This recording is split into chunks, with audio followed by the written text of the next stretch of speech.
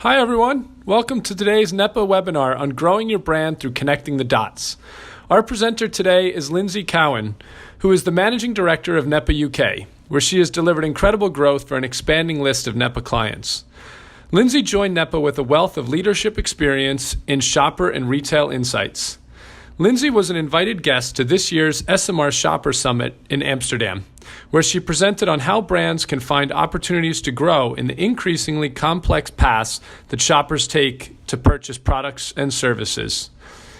It's my pleasure to invite Lindsay to share that presentation with you all today. Over to you, Lindsay. Thanks, Sean. And hello, everybody. Today I'm going to talk about omnichannel shoppers, growing your brand through connecting the dots.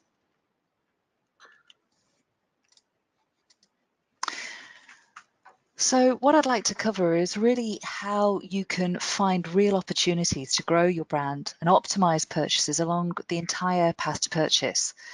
And the aim here is to create game-changing insights to allow you to think about where and how you optimize your media investment across all touch points, and that includes paid, unpaid, earned and owned touch points. It's about creating integrated communications and campaign strategies for all of the different target audiences that you may have, including consumer segments, shopper segments, and shopper mindsets. It's about identifying where and when shoppers are being lost and really optimizing the bang for buck in terms of how you can retain those shoppers, win them back, and convert them. And as part of that, it's about understanding where and how you can really influence conversion and interest and engagement along that path to purchase. So just thinking about the new era that we're all shopping in, it was really only 8 to 10 years ago max that we all started shopping on different devices. Until then, we really shopped. We had to go out to shop, put our coats on, and go physically to a store. Now we are shopping and turned on to shopping anytime, anywhere. Personally, I like to do my retail therapy at midnight in bed on my mobile phone. That means I'm always on, I'm always shopping. Whereas if we think about the investment in consumer research, that far outweighs the investment in shopper understanding currently. And yet, all shoppers are virtually always on. And if we think about the usual organization, we usually have so many silos of insights for online and offline. And here are just some of those examples. Many organizations that we work with know a lot about, for example, how people are being influenced by word of mouth. They've got social media programs that monitors social listening, etc. They're perhaps understanding now about the share that Amazon is taking in terms of online shoppers, and perhaps they're worried about that. In-store has always been important and should continue to be so, but how much emphasis should be given to in-store? And for example, online, how are shoppers shopping online? So a lot of organizations already have all of these insights, but what's really missing is how do the dots connect? How do all of those interactions and touch points join together for one particular shopper? And we see here this lady at the front. How is she connecting through all of those possible touch lines, through word of mouth, through Amazon, through social media, visiting in store, and perhaps then purchasing online? What does a single path for her look like? And therefore, how can you influence her to physically make another purchase with your company? If we think about some of the myths that have existed for a while, for example, some of you may have heard the industry knowledge figure of 70% of decisions are made before arriving at shelf and at the final purchase tipping point. Is that really true? Where can we influence shoppers at different moments along the path to purchase to affect their decision making? And that's really what we're looking at today. How and where can we really influence before the path to purchase, before the final purchase tipping point, and at that final purchase tipping point? So if we look at it through a different lens, or a more joined up lens, we can see how omnichannel the balance between different touch points really starts to impact that single path to purchase for that single shopper. So for example, 49% of shoppers that bought in a physical store first researched online in advance. So that's a huge amount. And we know that's true even for developing and quite traditional markets, as opposed to very developed markets such as in Western Europe and the US. We know that traditional media like TV and film and radio ads are super important for building brand equity, but they are vital to actually creating conversion when they are combined with much more shopper-focused interactive touch points such as social media, and you can boost the power of conversion by up to 87% by looking and understanding how touch points interact along that path to purchase for any single shopper. So clearly, it's hugely important to understand the interaction of these touch points to create that omni-channel journey. And I guess traditionally, we've all thought about the funnel, creating awareness and consideration, creating familiarity, ultimately driving conversion and hoping for loyalty, which is a very linear approach. But with that myriad of new touch points, how does that new journey look like? And what's the route through and where can you influence? So essentially, what we're trying to do is really understand along the online-offline journey, what are the key trigger points? What are the areas and opportunities to influence? What are the actions that shoppers are taking from those influences? And what touch points physically create a purchase tipping point and why? By understanding those things, we're going to enable you to understand how you can attract new shoppers, physically get on their shopping list, either mental or physical shopping list, optimize conversion by understanding the triggers and barriers at each of those touch points, and ultimately increase penetration. So this means that it's more than just insights here. We really are trying to create a new way of understanding how you should be interacting with a consumer and shopper throughout all areas of the business. So a path to purchase should really be influencing your category teams, your marketing teams, your social listening teams, your commercial teams, and most of all, finance. All of those teams really need to collaborate to understand what the key questions are for the shopper and consumer along that journey and to create the right actions. Because if you're not selling stuff, you really haven't got a viable business. So the questions we really want to answer are, in terms of attracting new shoppers, what are they thinking about when they make a purchase? How is that connection between being a consumer to starting to think about purchasing happening, and where is it happening and why? What were their demand moments? What were their consumption occasions? Who did they speak to? Who did they talk to? What sites or stores did they visit? And how are they physically finding out about your brands and products, or not, as the case may be? In terms of getting on the shopping list, how do they research? What influences them? When, why, and how? What would physically make them put your brand or product on their physical or mental shopping list, be it online or taking that shopping list in store? How do they research? Do they go in store first, then go back online to buy? Do they do cross comparisons whilst in store on their mobile phone? What's happening, and what's happening within the same shopping trip? What are the right messages and content for those different segments or mindsets? Some may be very much price focused, others may be problem solving, others may be looking for special occasion inspiration. All very different and need to be spoken to in a different way.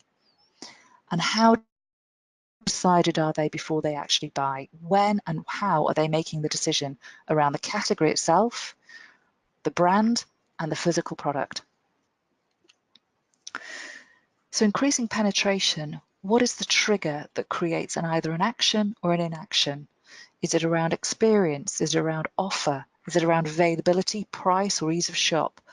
What are the barriers and what are the triggers? most importantly, where are you losing shoppers that could have converted? Where are you losing shoppers that want to buy with you but are walking out?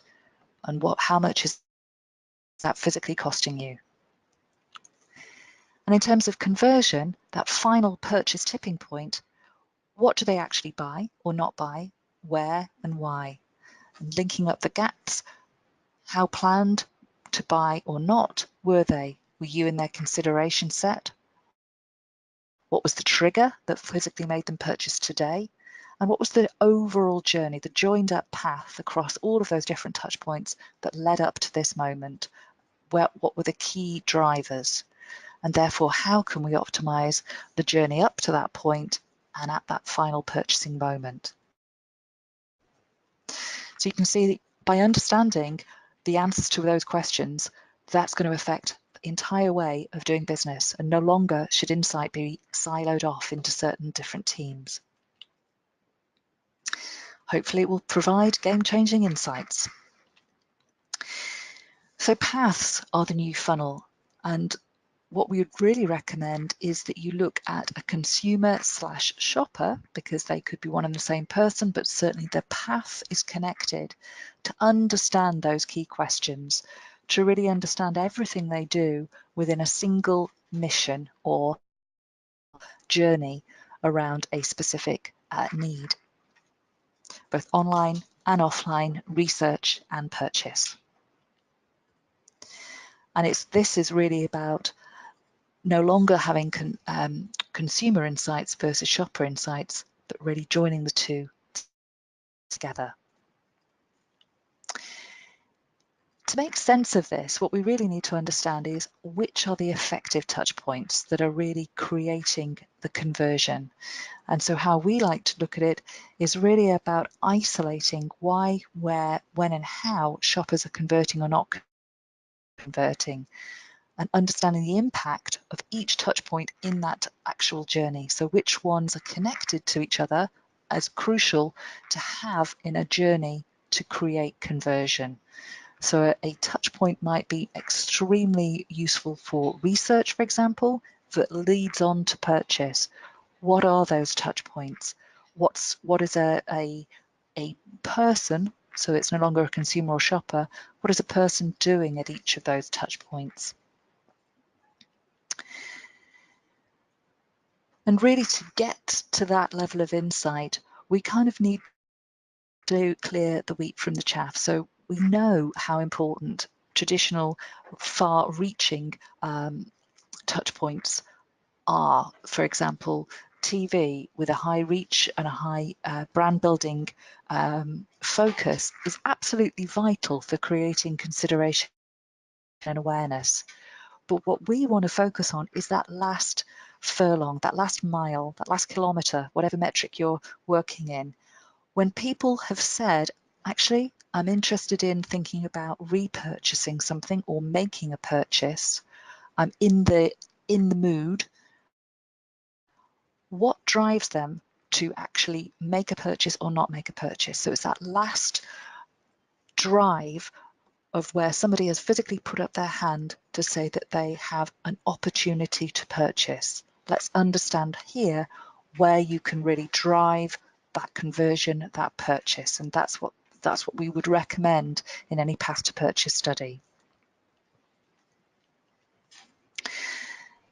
Path to purchase should really be the foundation of all of your marketing optimization activities, because it's looking across online, offline, paid, unpaid, earned and owned touch points.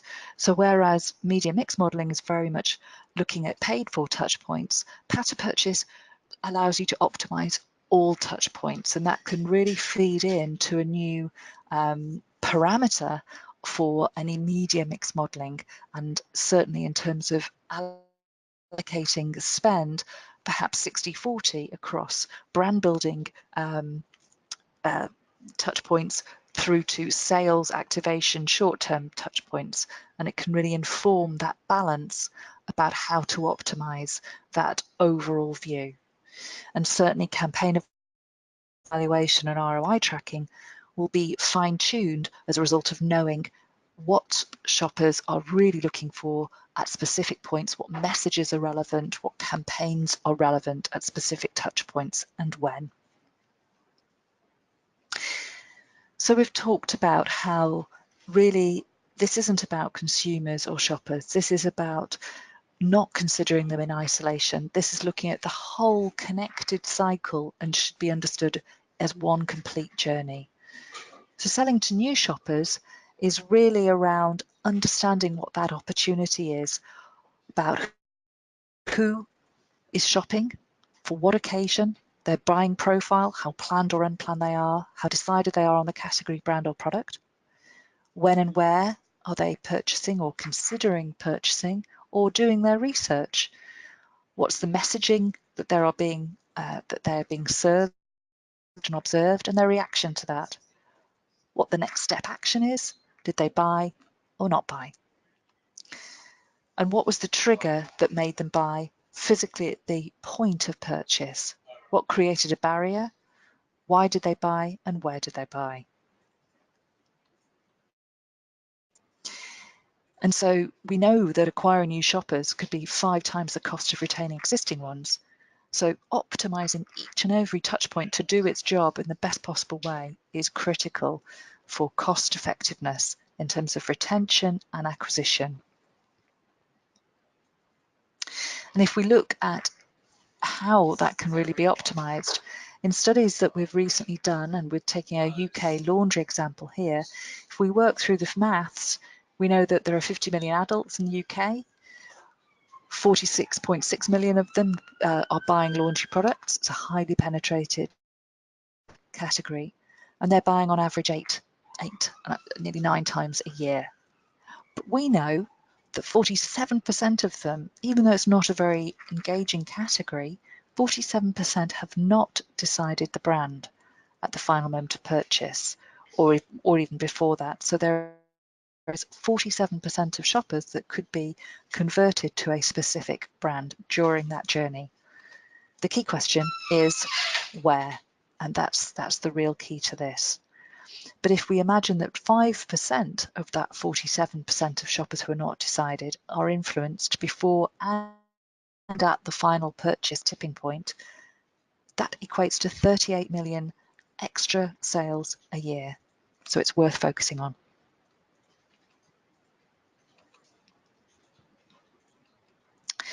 So if we look at the kind of insights you should be expecting from any path to purchase study, really you should be able to diagnose by very different dimensions and to look for the real opportunity. So this is a Rubik's Cube of insight, and it isn't going to be one size fits all by any means for organisations. But crucially, you do need to really understand how paths differ, either by mission, by product type, by channel, by segment and mindset and need, by retailer, of course, and of course by touch points, both online and offline. And if you can understand those different dimensions, that should give you a very good starting point into understanding the opportunities along the entire journey. And of course, we are looking at single source data here, where both online and offline and all of the touch points are connected so that we can understand a single path through all of those different dimensions and looking for the most effective touch points within that.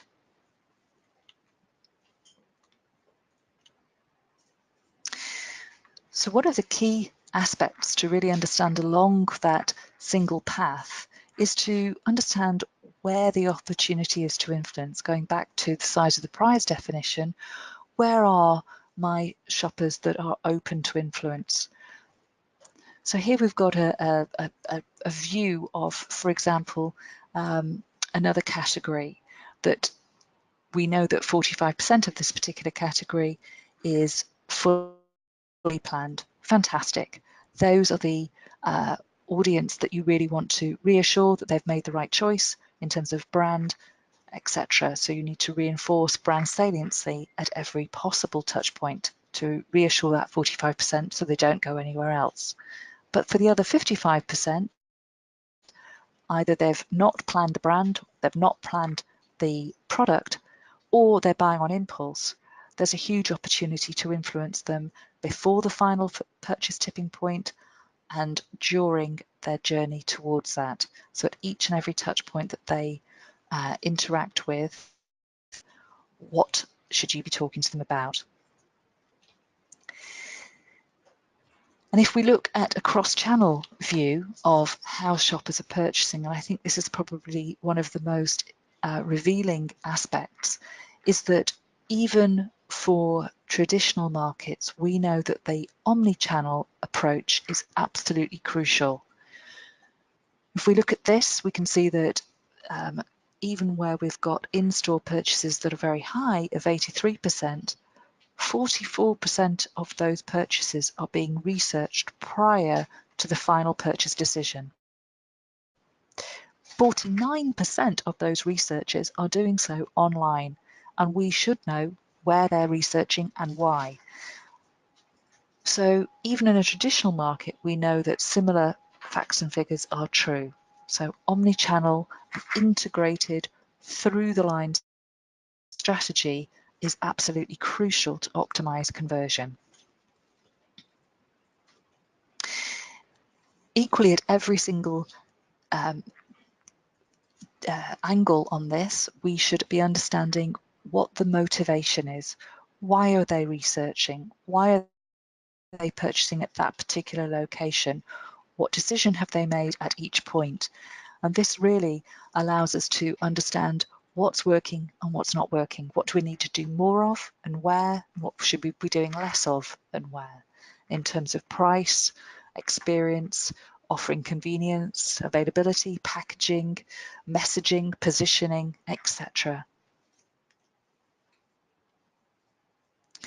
And equally, this allows us to really understand how people are interacting and making their decisions for a planned purchase versus a unplanned purchase in terms of product, in terms of brand, before and at the final moment of purchase. So again, we should be looking to isolate what touch points they do interact with, what they're looking for at those touch points, what's working and what's not working to drive both planned and unplanned purchases.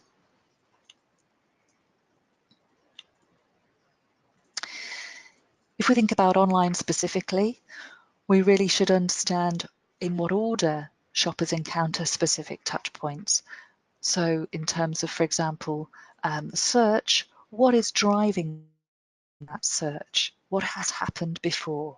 And again, understanding the connected dots and how those interplay to drive the ultimate final purchase or not is hugely important.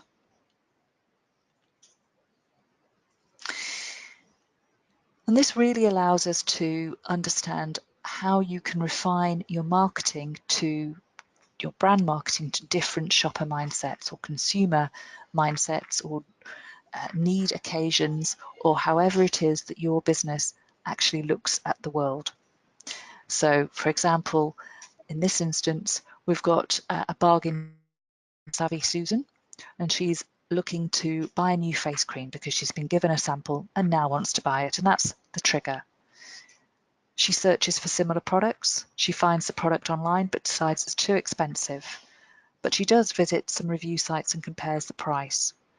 She finds the best deal at a local pharmacy, and she goes on to Instagram to tell all her friends about it. Understanding that connected journey allows any face cream manufacturer to interact with her along that journey, offering her the best prices for the best product that she's looking for. It may be that she's looking for something very inspirational, and again, a tweaked message might be appropriate, but it's understanding those leverage points for your different segments that is going to be key.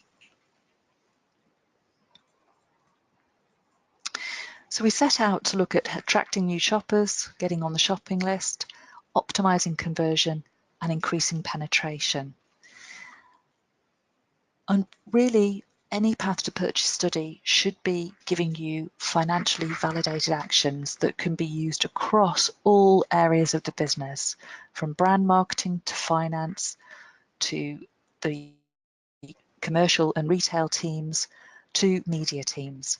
So Really, outputs should be driving where you spend your media and marketing investment across all touch points, how you use brand marketing to target different communications for different mindsets and personae, how you tailor your strategy to retaining lost shoppers or non-converted shoppers, as well as obviously attracting new shoppers, and of course working with retail partners and customers to really optimize their proposition so that they can win against competitors.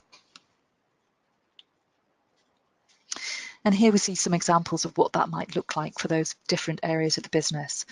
So for example, with the media investment strategy, whilst most media investment considers reach, what we also want to consider is effectiveness in terms of conversion, and we can compare the two and understand really where the opportunity is to really increase conversion as well as optimizing reach, and where each is appropriate according to the touch point.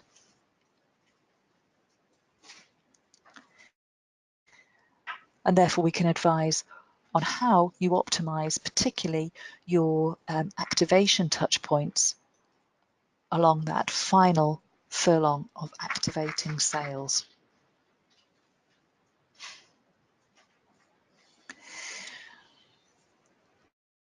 Where you have mindsets or segments or personae, we can really start to quantify where the opportunity is. So across all of those different segments that you may have within your business, which ones offer the best opportunity in terms of increasing conversion for them. So we understand the competitive landscape of where you may have the advantage or where your competitors may have the advantage, and what you need to do to optimize that. And for finance and planning, we can really start to fine-tune exactly what's happening at what stage along the journey in terms of winning or losing shoppers and why. So again, strategies can be implemented to really optimize and overcome specific barriers. And finally, working with retail partners, we can do exactly the same for them on your behalf. So where are they winning and losing? Where do they need to optimize their proposition? And what's the threat, real or not real, in terms of competition?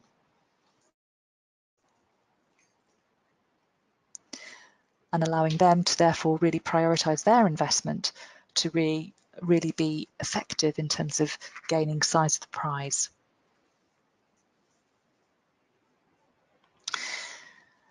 So that's a whistle-stop tour through really how important understanding the path to purchase should be for certainly most FMCG businesses as well as retail businesses, but actually any organisation that are dealing with shoppers, buyers, purchasers, players, etc. What is driving the interaction? What is driving the path to actual purchase and decision making? And I hope that we've given you a taste of how path to purchase insights should really affect the overall organisation to create game-changing strategies in all areas, from media to brand to finance and even your partners. Thank you very much.